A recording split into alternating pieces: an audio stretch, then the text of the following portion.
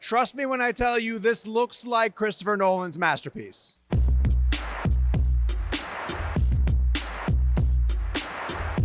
Hey guys, I'm Sean O'Connell, the managing editor at CinemaBlend here in Las Vegas for CinemaCon 2023, and Universal brought a slate of blockbusters that are going to be coming to theaters, starting with Christopher Nolan's latest film, Oppenheimer. We got to see about a 5-minute featurette giving you an idea of what to expect from Nolan's latest film. We imagine a future, and our imaginings horrify us.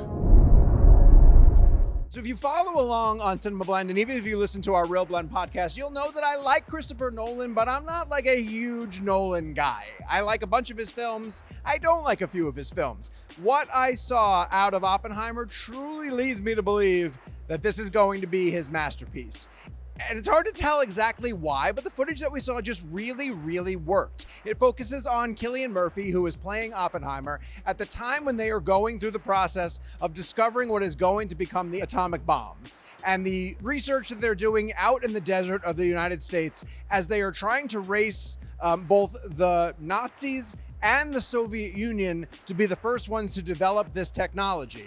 It's during World War II, and we know that eventually Oppenheimer is going to succeed in the process, but what he is wrestling with is, am I creating a weapon that's just far too powerful to exist in this world? But at the same time, if they don't complete their mission and he's not able to complete the bomb, he knows that the people that he's racing against are almost there. And that tension, I think, is going to be something that Nolan has a ton of fun exploring. I say fun, but Oppenheimer looks like it's going to be extremely serious, as the results of what's going to happen from the creation of this bomb are nothing short of devastating. So when Nolan uses a phrase like the event that changed history forever, he means it, and he's actually serious. This is an incredibly tense and riveting story that, if told properly, is going to be one of the better historical epics that Nolan has ever delivered. The cast also is truly remarkable. It starts off with Nolan using black and white photography to show a summit of leaders getting together to talk about what had happened out in the desert and how close the team came to succeeding.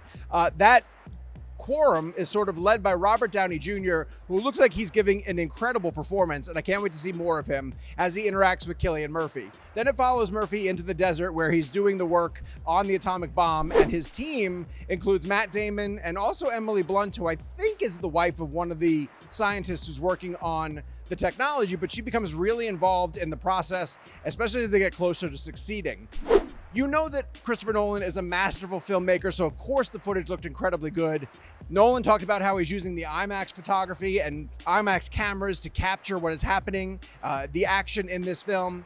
So this is one of those movies that you're going to want to go out to the IMAX theaters to see in the proper format. I also do want to see how he blends the black and white with his color photography, and how he's working with director of photography, Hoyte van Hoytema, who also does incredible work with Jordan Peele. I think the two of them working together is going to be a really remarkable collaboration.